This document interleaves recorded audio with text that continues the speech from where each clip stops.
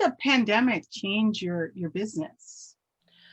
Wow. Well, great question. It changed my business because, my child, my son was in the brick and mortar school. We put him in there for about a year, and we thought that we were going to stay there because he was enjoying himself.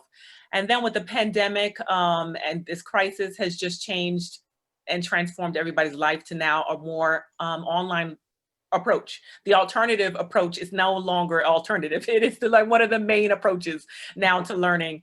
And so now with this business, I hear from the grapevine a lot of teachers and a lot of parents expressing their frustration.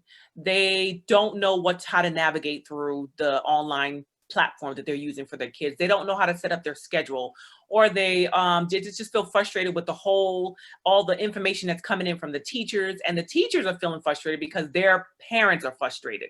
So this is how this kind of all birthed, from just helping people feel, I know relax is probably a big word to, but still to feel like, okay, I can do this. There is support, there is guidance, and it can be done. And my motto is work smarter, not harder. So, and I learned that along the way. And even when I taught my teachers and at university, I taught them, listen, don't reinvent the wheel. Use what works for you. And identifying what works for you can be hard in the beginning, especially when you have so much coming at you, when you have a parent that is a single parent that is working and then now has to facilitate learning at home. So I wanted parents and families to feel comfortable that it's okay. Yes, the frustration is there, but you can make it through each day if you just think about what works for you. And I want to help parents, and I help parents identify what works for you. And then you can use that as your catalyst to kind of move on from those frustrations.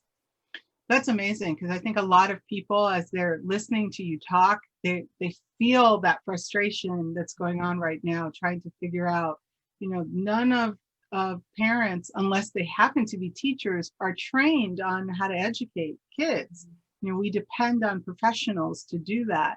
And now all of a sudden we have to really be part of our children's educational process in a way we didn't kind of sign up for, so to speak. And so I think the help that you're providing is so instrumental in making sure that people feel comfortable. Like you said, I think you're right. It's a big word, but it's such a key word. You don't want your child to be left behind. You don't want them to feel like they're not learning and they're not moving forward. And so for parents to feel comfortable in how they're supporting their kids is so key. I know you're getting a lot of phone calls from people. You got one from me.